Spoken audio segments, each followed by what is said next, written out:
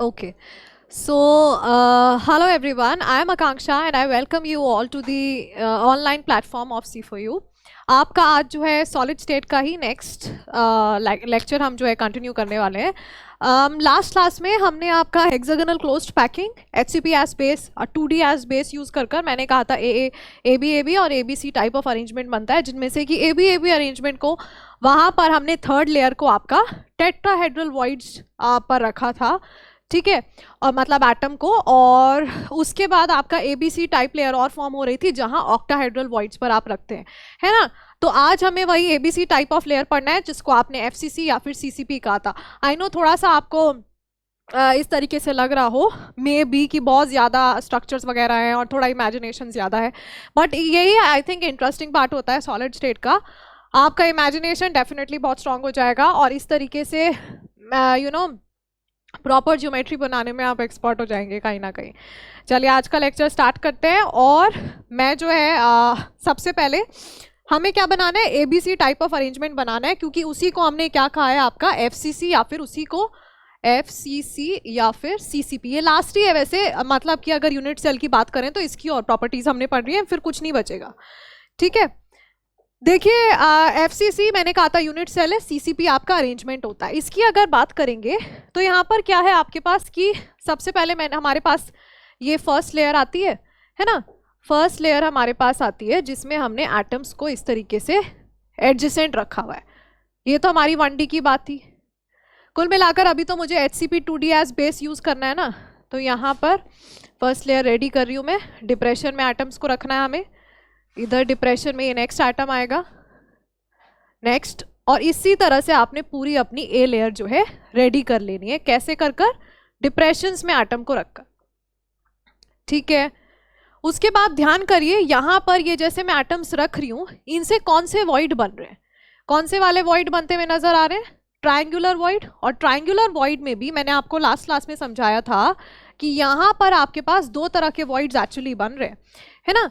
दो तरह के वॉइड्स बन रहे हैं, कैसे कैसे, एक तो भाई ट्रायंगुलर में एक तो अपर ट्रायंगुलर और एक लोअर ट्रायंगल, है ना।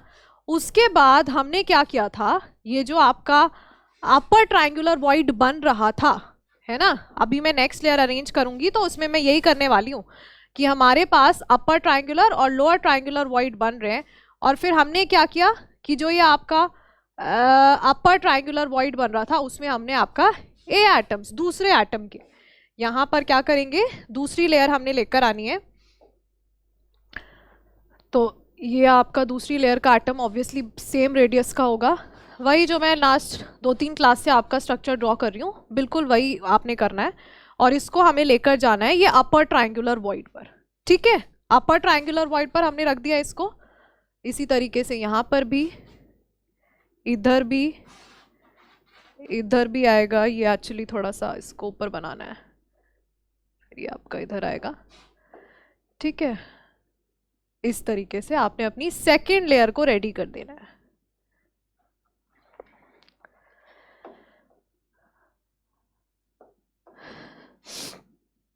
इसी तरीके से नेक्स्ट लाइन में भी आपका अपर ट्रायंगुलर वॉइड जो आपका ये फॉर्म हो रहा था उसके ऊपर क्या आ जा रहा है, येलो एटम्स आपने रख देने हैं, ठीक है। येलो एटम्स आप अपने इसी तरीके से ये वॉइड्स में रखते चले जा रहे हैं। एक और लेयर बना लो भाई, यहाँ पर ये आ गया नेक्स्ट, एक इधर आ जाएगा इस वाले वॉइड पर, एक इधर आ जाएगा। प्रॉपर टाइम लेकर बनाओगे तो आप प्रॉपर सिमेट्री बनेगी इसकी, ठीक है। यहाँ पर इतना ही बहुत है।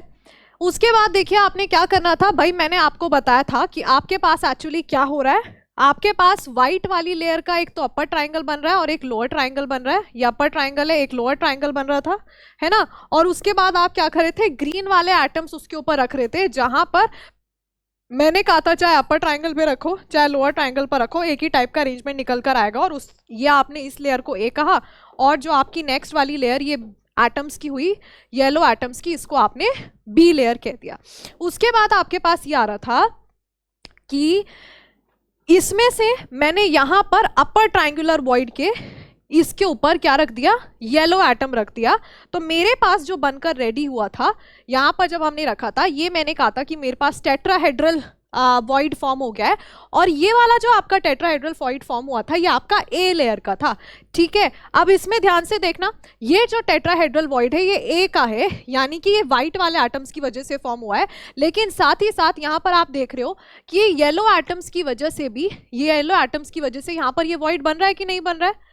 यहाँ पर आपके पास अपर ट्रायंगुलर और लोअर ट्रायंगुलर वॉइड दोनों ही बन रहे हैं, और साथ साथ यहाँ पर जहां आपके पास ये ट्रायंगल है पीछे एक व्हाइट एटम भी है, मतलब आपके पास ये 3 येलो एटम्स की वजह से, है ना, 3 येलो एटम्स की वजह से आपके पास जो है इसी का यहाँ पर बीच में व्हाइट आएगा, इसी का टेट्राहेड्रल वॉइड भी बन रहा था, है ना, tetrahedral void of B layer. B layer का भी टेट्राहेड्रल वॉइड बन रहा है, और टेट्राहेड्रल आपका ये किसका है, ए लेयर का है। उसके बाद जब आपने देखा था कि आपका ये जो यहां पर एक्चुअली इसको ना, ये वाला जो आपका बन रहा था ये आपका बन रहा था लोअर ट्रायंगल की वजह से। ठीक है, अब देखिएगा हमने आपका जब लोअर ट्रायंगुलर वॉइड आपके बन रहे थे ए बी लेयर के, इस वाली लेयर के, ये जो लोअर ट्रायंगुलर वॉइड थे इसके ऊपर जब मैंने सी लेयर रखी थी तो क्या हो रहा था, ये जो पीछे व्हाइट वाला एटम है बिल्कुल इसके ऊपर आ रही थी, तो हमने उसे ए बी टाइप अरेंजमेंट कहा था। अब आपके पास ये वाला वॉइड ऑक्यूपाइड है, एक अरेंजमेंट हो गया, ये वाला वॉइड तो पहले ही सबसे पहले इसी को ऑक्यूपाई कराया था, ये वाला अरेंजमेंट हो गया। बचता हमारे पास क्या है कि जब ये व्हाइट के लोअर ट्रायंगल पर जब आपका अपर ट्रायंगल है किसका, येलो का, यानी कि यहां पर देखिएगा व्हाइट का लोअर ट्रायंगल, मतलब जैसे कि ये वाला व्हाइट है, ये बीच में एक लोअर ट्रायंगल फॉर्म हो रहा है कि नहीं हो रहा है, उसके ऊपर येलो का एक ही अपर ट्रायंगल फॉर्म हो रहा है ना, तो ऐसे कर कर मेरे पास क्या बन गया, ऑक्टाहेड्रल वॉइड बन गया। तो अब अगर मैं ये वाला जो मेरे पास ऑक्टाहेड्रल वॉइड फॉर्म हो रहा है उसके ऊपर अपनी नेक्स्ट लेयर अरेंज कर देती हूँ, जो कल शायद मैंने आपको दिखाया था ऑरेंज लेयर से, वहां पर मान लीजिए मैं ब्लू से उसको रिप्रेजेंट कर रही हूँ, तो मैं यहां पर आपका जो है ये इस तरीके से हम क्या करते हैं, अच्छा वैसे अभी हम ऐसा करते हैं कि आपका ये वाला लेयर बाद में लेकर आएंगे, उससे पहले क्योंकि मैं यहाँ से एफसीसी बनाना चाह रही हूँ, मैं यहाँ से आपके कुछ एटम्स को सेलेक्ट कर लेती हूँ। ठीक है, हमें क्या करना है, कुछ एटम्स को सेलेक्ट कर लेना है, तो ध्यान से देखिएगा मैं आपके कौन कौन से एटम्स को जो है सेलेक्ट कर रही हूँ, और क्यों सेलेक्ट मैंने उनको किया है वो आपको बाद में समझ में आ जाएगा। ठीक है, क्योंकि यहाँ से हम किसका स्ट्रक्चर बनाने जा रहे हैं, एफसीसी का, तो एफसीसी का स्ट्रक्चर मैं यहाँ से आपके लिए डिड्यूस कर रही हूँ, कैसे वो आपने करना है देखते रहिए।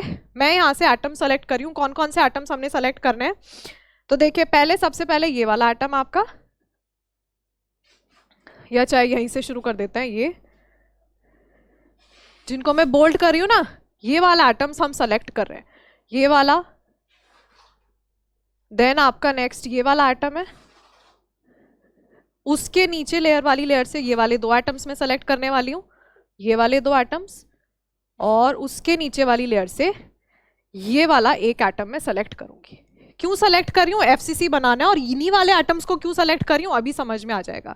ठीक है, तो ये मैंने आपके कितने टोटल 6 एटम्स को मैंने जो है सेलेक्ट कर लिया, जिनको मैंने बोल्ड यहाँ पर किया हुआ है। उसके बाद देखिएगा आपने क्या करना है, अब आपने बिल्कुल इसी तरीके से, अच्छा ये जो मैंने बनाए हैं ना ये येलो वाले एटम्स, इनको आप इधर लिख लो, यानी कि आपके पास किस तरह से हो गया, ये येलो है और इस तरीके से 3 एक साथ, इसी तरह से है ना, 3 एक साथ हैं, मतलब आपस में टच कर रहे हैं। देन उनके जस्ट नीचे 2 एटम्स को मैंने सेलेक्ट किया है इस तरीके से, और यहां पर आपके पास एक और एटम है। ठीक है, उसके बाद भाई क्या करना है, यहां पर अब मुझे एक बात बताओ देखकर, ये 6 एटम जिनको मैंने बोल्ड किया है येलो से, उसमें एक या फिर आप वो वाला व्हाइट एटम ढूंढकर दिखाइए जो ये 6 एटम के बीच में पूरा का पूरा आ रहा है, व्हाइट एटम जो ये 6 एटम्स के बीच में पूरा का पूरा आ रहा है, ऐसा मुझे सिर्फ देखने से एक ही नजर आ रहा है, और वो ये वाला है जिसको मैं अगेन बोल्ड कर देती हूँ। ठीक है, तो इसका मतलब यहां पर मेरे पास एक ये रहेगा, और ये किससे रहेगा, ए लेयर से एक एटम आ गया। उसके बाद यहां पर ये 6 एटम्स मेरे कौन सी लेयर से आ रहे हैं, बी लेयर से आ रहे हैं। अब मुझे कहाँ जाना है, सी लेयर पर जाना है। तो सी लेयर मेरी कैसे बनती है इस वाले केस में, सी लेयर मेरी बनती है जब मैं क्या करती हूं, यहां पर आपका क्या होगा, ये जो ऑक्टाहेड्रल वॉइड्स है, ऑक्टाहेड्रल वॉइड मतलब कि जो आपका किस तरीके से लोअर ट्राइंगल व्हाइट वाला और उसके ऊपर अपर ट्राइंगल वॉइड जो बन रहा है किसका, येलो एटम्स का, उसके ऊपर वो जो टोटल एक मिलकर ऑक्टाहेड्रल वॉइड फॉर्म हो रहा है उसके ऊपर जब मैं एटम को रख दे रही हूं तो मेरे पास सी लेयर बनती है। तो यहां पर बिल्कुल इसी तरह से मैं आपका जो है ऑक्टाहेड्रल वॉइड्स पर एटम को रखने वाली हूं। तो देखिए एक तो मुझे दिख रहा है आपका, एक तो यहां पर फॉर्म हो रहा है ना, इसको अगर बनाएंगे तो ये आपका कहां कहां बनेगा, एक तो आपका बन रहा है इधर, ठीक है, उसके बाद एक इधर बन रहा है, एक बन रहा है इधर, है ना, बिल्कुल इसी तरह एक इसके ऊपर है ये रहा। सारे देखिए आप मैं ऑक्टाहेड्रल वॉइड्स पर ही रख रही हूँ। एक इधर बन रहा है आपके पास ऑक्टाहेड्रल वॉइड और एक इधर भी बन रहा होगा, इसको एक मिनट, एक आपके पास जो है ना ऑक्टाहेड्रल वॉइड यहाँ पर भी बन रहा होगा। वो ऊपर वाली येलो एटम मैंने मतलब येलो वाली लेयर होती तो पूरा ऑक्टाहेड्रल वॉइड बनता हुआ दिखता, अब भी नहीं दिख रहा है।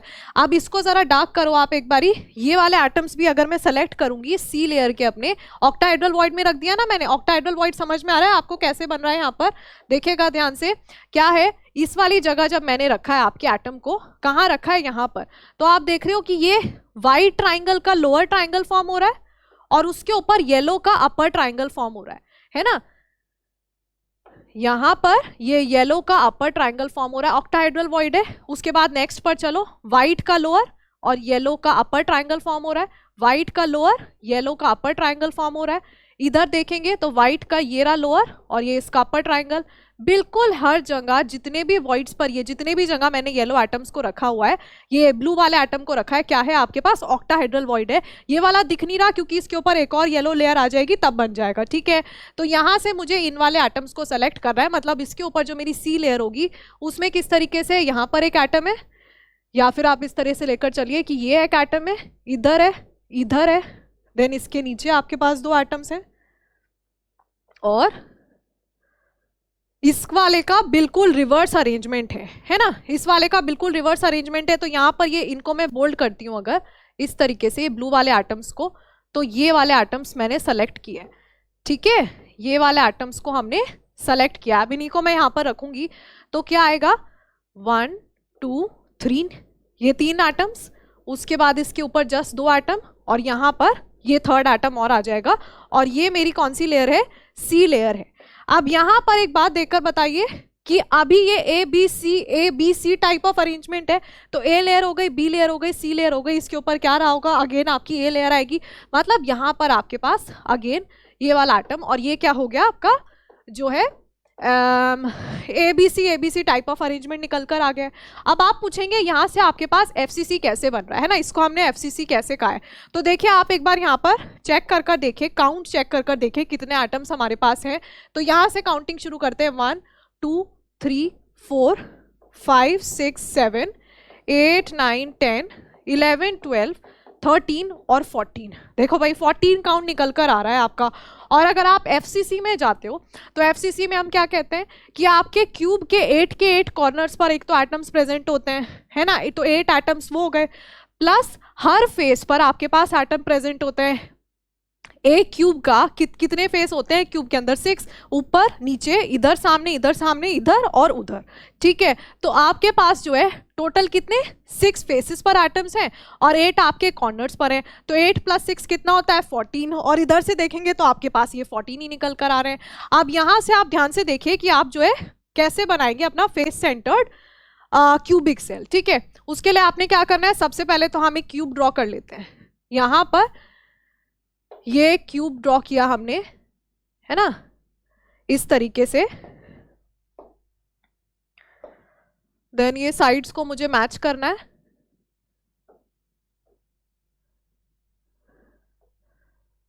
क्यूब ड्रॉ करने के बाद ये आपका क्यूब कंप्लीट हो गया, ठीक है।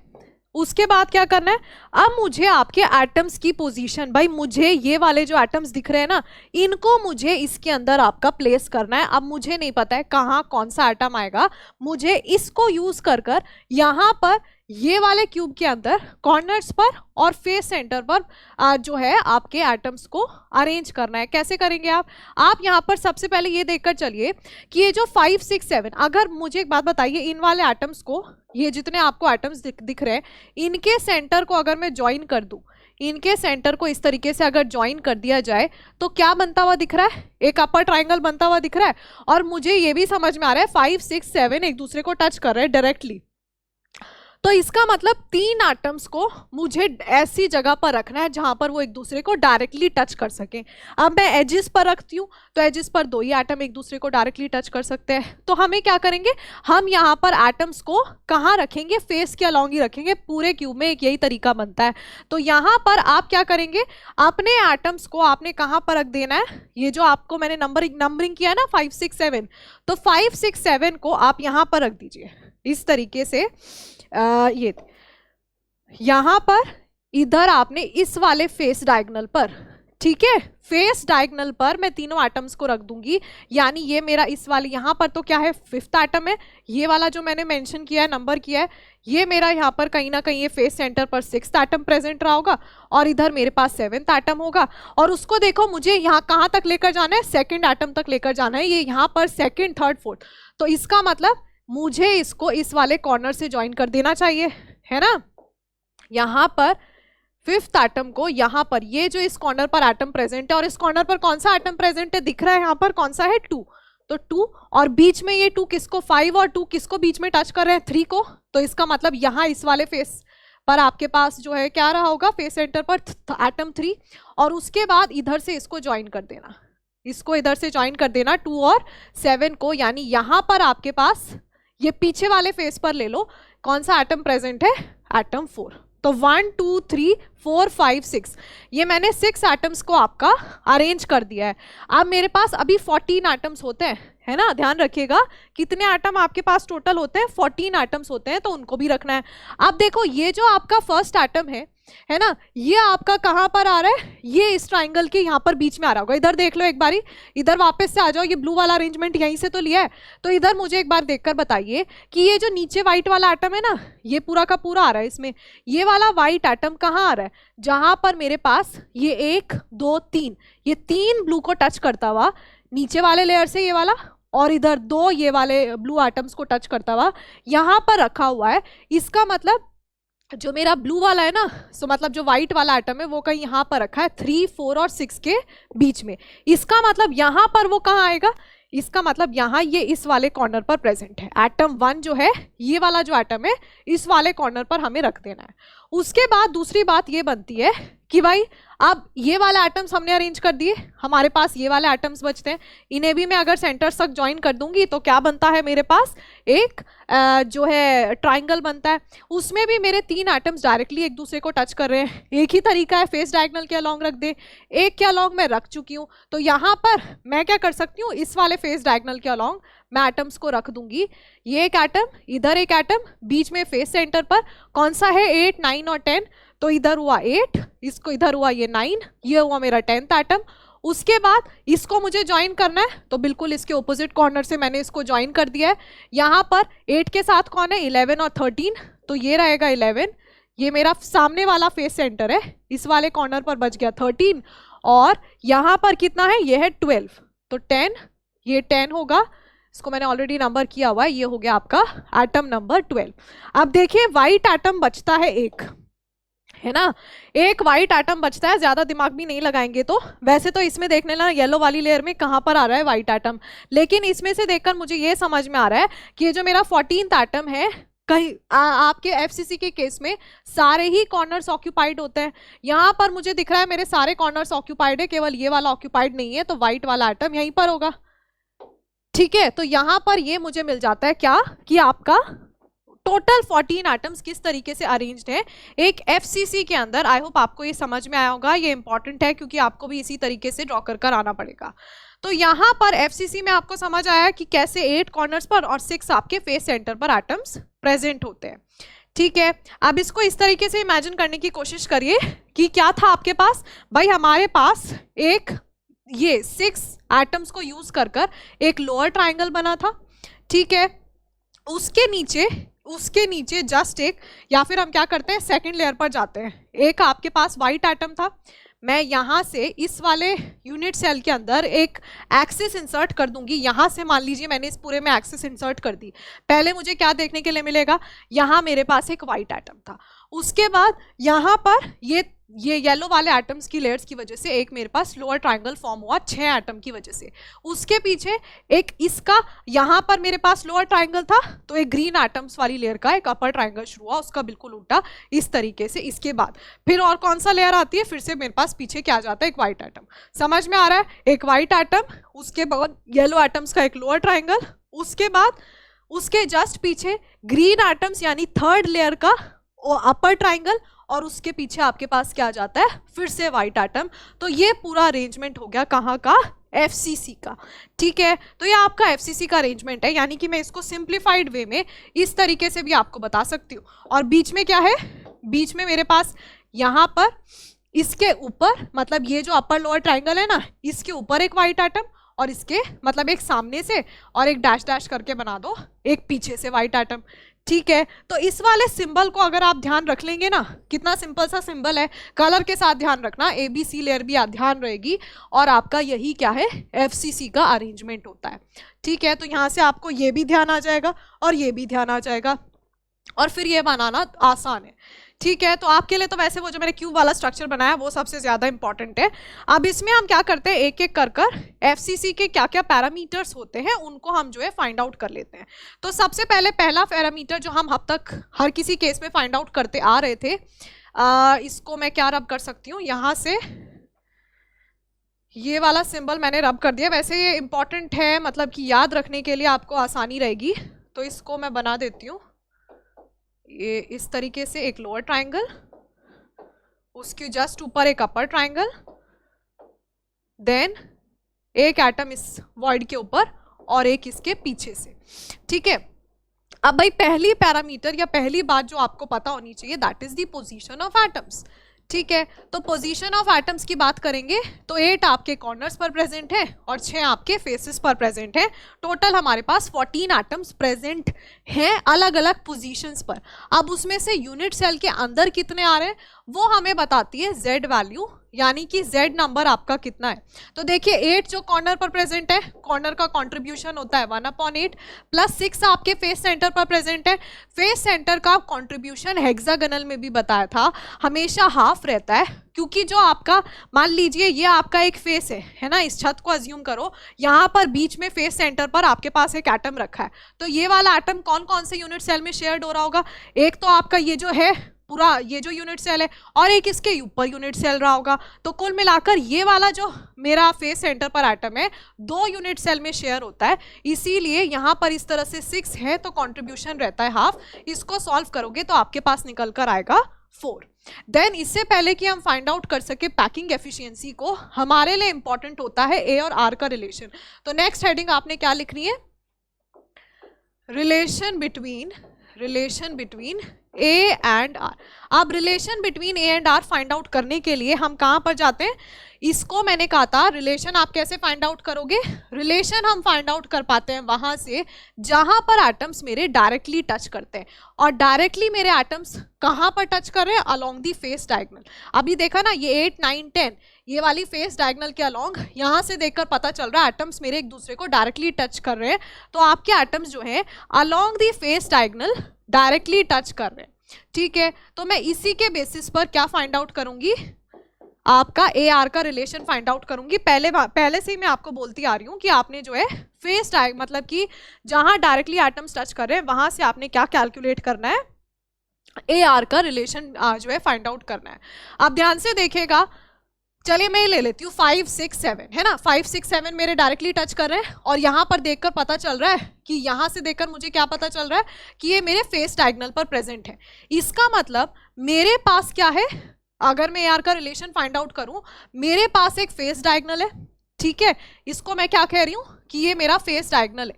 फेस डायगोनल है कौन से वाला, जहां पर ये वाला फेस डायगोनल, जहां मेरा एक तो एटम नंबर 5, ये मेरा एटम नंबर 5 है, एटम नंबर 6 और एटम नंबर 7 एक दूसरे को जो है डायरेक्टली टच कर रहे हैं, ठीक है। अब ये वाला डायग्राम जो है ना थोड़ा सा हमें इस तरीके से बनाना पड़ेगा प्रॉपर प्रोपोर्शन में, सो दैट ये बात समझ में आए कि आपका जो है कितना कितना एटम प्रेजेंट है अंदर, है ना।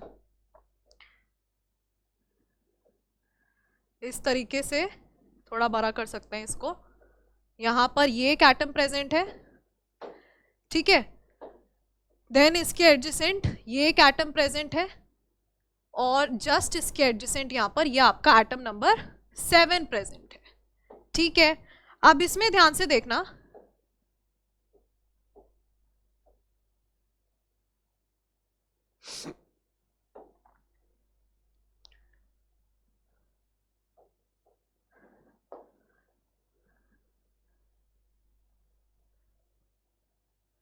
अब देखिए आपको पता है फेस डायगोनल के केस में आपके पास जो है ये जो ब्लू वाली लाइन है ना इसको थोड़ा छोटा कर लेना, कहने का मतलब ये वाला जो एटम है ये भी सेंटर में आ रहा होगा, जैसे ये आपका सेंटर पर आ रहा है ना, तो ये भी ये वाला आपका AR रिलेशन या रेशियो फाइंड आउट करने में हेल्प करेगा।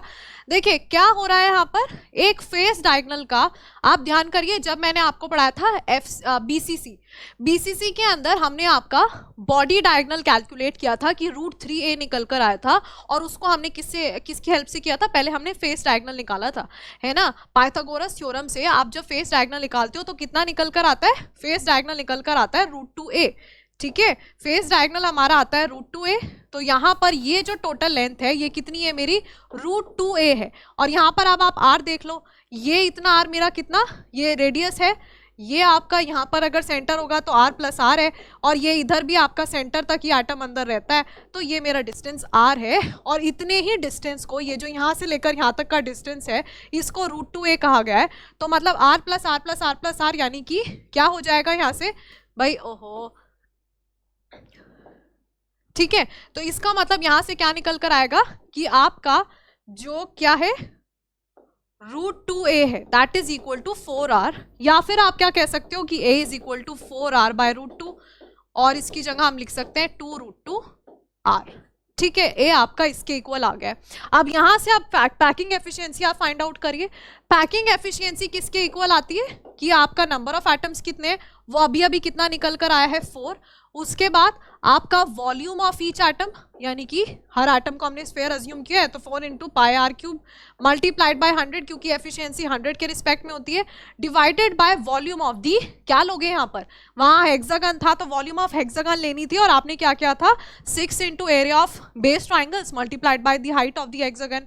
यहाँ पर आप क्या लेंगे, यहाँ तो हमारे पास क्यूब है, क्यूब ही तो बनाया मैंने, तो यहाँ पर आपके पास क्या आ जाएगा वॉल्यूम ऑफ क्यूब, और वॉल्यूम ऑफ क्यूब होता है a³।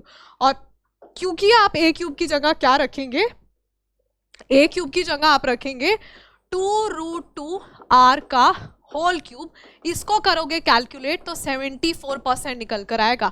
अब आप देखिए अभी आपने जब HCP3D का एफिशिएंसी फाइंड आउट किया था वो भी 74% आ रहा था, और यहाँ पर ये जो आपने परसेंटेज फाइंड आउट किया है ये भी कितना निकल कर आ रहा है, 74% निकल कर आ रहा है, ठीक है। तो यहाँ से आई होप आपको ये वाली बात समझ में आई है कि दोनों के लिए आपके पास क्या है, सेम ही एफिशिएंसी निकल कर आती है, पैकिंग एफिशिएंसी। उसके बाद नेक्स्ट आपके पास जो पॉइंट आता है, यहाँ पर आपने जो है AR रिलेशन पढ़ लिया, और उसके बाद आपका ये भी हो गया पैकिंग एफिशिएंसी। नेक्स्ट बात जो आपने पढ़नी है वो ये, इससे पहले कि हम अपना कोऑर्डिनेशन नंबर पर चले, कि जो आपका एक कॉर्नर है, मुझे इस डायग्राम में देखकर बताना कि जो आपका एक कॉर्नर है वो कितने नियरेस्ट फेसेस को टच करता है, मतलब नियरेस्ट फेसेस पर जो एटम है, ठीक है, उनमें से कितने को टच करता है एक कॉर्नर। यानी कि डायग्राम से ये वाला क्वेश्चन मैं आपसे पूछती हूँ, ये जो आपको डायग्राम दिख रहा है, अब मान लीजिए मैं आपसे ना इस वाले एटम की बात कर रही हूँ, हम जो है आपसे इस वाले एटम की बात कर रहे हैं, इस वाले एटम की, तो मुझे बताओ ये वाला एटम आपका, या फिर जो है ना इससे बेटर रहेगा इस वाले एटम की बात की जाए, ये वाला जो एटम है, मुझे एक बात बताइए कितने फेसेस को डायरेक्टली टच कर रहा होगा। एक इस कॉर्नर पर आपने जिस रूम में बैठे हो उस वाले रूम का आप कॉर्नर कोई भी अज्यूम कर लो, और मुझे बताओ कि वो कितने फेसेस को डायरेक्टली, आपका वो एटम कितने फेसेस को डायरेक्टली टच कर रहा होगा, तो आपके पास वो क्या आंसर निकल कर आएगा, ठीक है। तो देखिए आपको पता है कि आपका ये वाला जो एटम है ना, ये वाला आपका जो एटम है, जिसको मैंने इधर आपका मेंशन कर कर बताया कि भाई इस वाले एटम को, तो देखिए एक तो आपका ये डायरेक्टली यहाँ से मुझे देखने के लिए मिल रहा है, मुझे पता है ना ये अलोंग द फेस डायगोनल सारे एटम्स एक दूसरे को टच करते हैं, तो एक तो ये इसको टच कर रहा है, ठीक है, इसको डायरेक्टली टच कर रहा है। उसके बाद ये आपका एक ये वाला एटम को भी यहाँ पर इस फेस पर आपके पास जो है, ये आपके पास एक वो 2 4, देखिए 2 4 और 7 टच कर रहे हैं ना, तो इसका मतलब ये इसको भी टच कर रहा होगा, ये जो पीछे वाला है, ठीक है। और साथ ही साथ ये जो आपका सेकंड एटम है, सेकंड एटम है, मैंने यहाँ पर इसको सेकंड लेबल किया है ना, तो आप देखिए सेकंड और किस किस को, कौन से वाले फेस सेंटर एटम को टच कर रहा है। दो तो आपके पास निकल कर आ चुके हैं, और बताइए और कौन से वाले एटम को टच कर रहा है, कहाँ से आप देखकर उसको जो है नंबरिंग करेंगे कि एक आपका कॉर्नर पर कितने को टच करता है, कितने फेसेस को टच करता है, कितने फेस सेंटर्स को, नियरेस्ट फेस सेंटर कितने टच करेगा, ठीक है। तो आप मतलब अपने डायग्राम से देखकर ये वाली बात बतानी है। तो यहाँ पर आपके पास जो आंसर आता है दैट इज 3। कहाँ लिखा है मैंने ये, यहाँ पर आपके पास कितने आएंगे, 3 नियरेस्ट फेसेस को वो टच करता है। आप बताओ कौन कौन से वाले।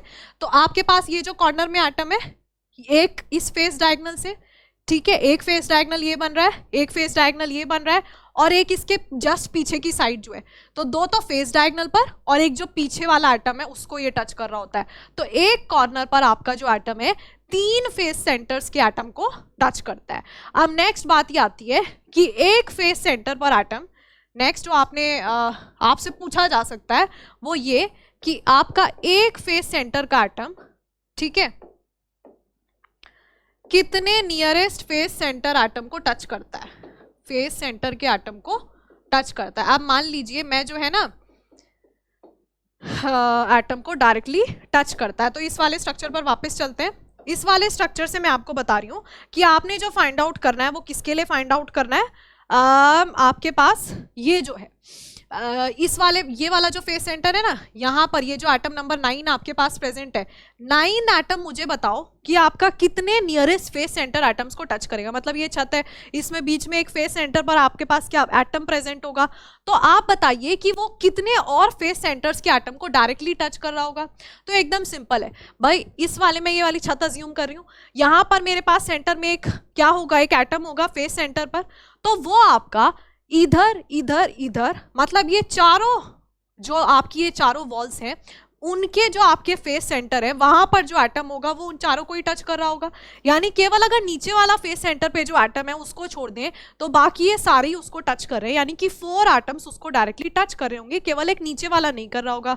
यानी कि अब मैं आपसे इस वाले एटम के बारे में पूछूं, या पहले इस पर आ जाओ, ये जो नीचे वाले फेस सेंटर पर एटम रखा है तो इसके जस्ट ऑपोजिट वाला टच नहीं करेगा, बाकी ये जितने सारे टच करेंगे, ठीक है। तो मतलब कि जिस भी एटम को आप, जिस भी फेस सेंटर वाले एटम को आप कंसीडर कर रहे हो उसके जस्ट ऑपोजिट वाला छोड़ दो, बाकी सारे फेस सेंटर्स वाले एटम डायरेक्टली टच करेंगे। मतलब आपके पास क्या आ जाएगा, ये वाली वैल्यू आपके पास कितनी निकल कर आएगी, 4 आएगी, ठीक है। ये आपके पास कितना आएगा, नंबर 4। अब फॉर एग्जाम्पल यहाँ से आपसे कोई पूछे, ये जो मैंने नंबरिंग की हुई है ना, इसके अंदर आपसे अगर पूछा जाए यहाँ पर कि कहाँ पर है, हाँ जी देखिए ये वाला एटम मैंने एज 9 लेबल किया था, है ना, ये वाला आपका 9th वाला एटम है। अब मैं ये 9 कहाँ, फेस सेंटर पर ही प्रेजेंट है, मुझे बताओ 9 को और कौन कौन से फेस सेंटर को ये टच कर रहा होगा।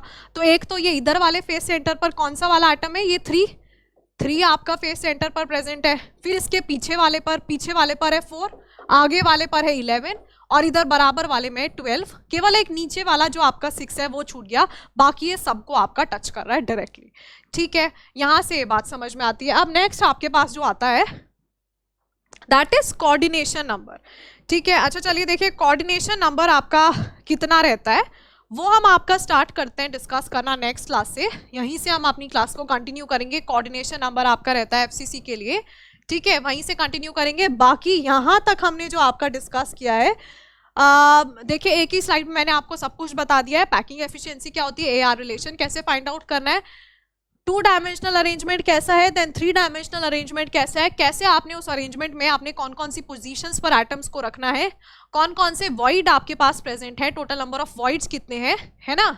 और साथ ही साथ मैं आपको बता चुकी हूँ कि यहाँ पर आपका ये मतलब फेस सेंटर से कितने एटम टच हो रहे हैं, एक कॉर्नर पर एटम कितने एटम्स को टच कर रहा है।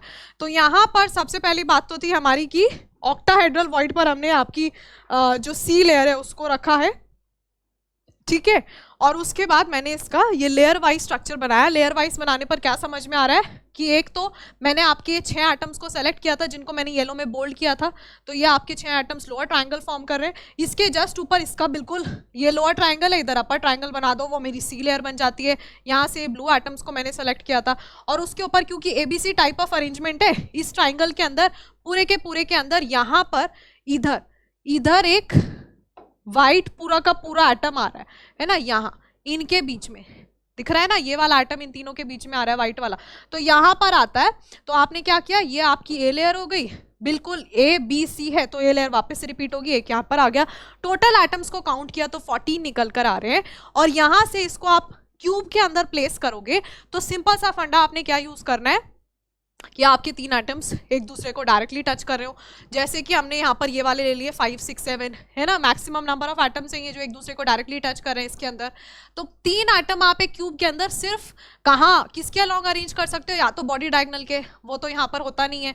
तो नेक्स्ट आपके पास क्या बचता है, फेस डायगोनल के अलॉन्ग। और क्योंकि बॉडी डायगोनल तो एक ही हो सकता है ना, तो वहाँ तो आपकी एक ही बनेगी इस तरीके से। और यहाँ पर आपके पास 2 ऐसी लेयर्स बन रही है, तो सिंपल है, इसमें तो आप चाहे जाइए भी मत, सिंपल सी बात है। 3 एटम्स एक दूसरे को डायरेक्टली टच करेंगे अलोंग दी फेस डायगोनल, जिसकी वैल्यू होती है √2a। तो यहाँ पर मैंने उसको बनाकर भी दिखाया जिससे हमने AR रिलेशन फाइंड आउट किया।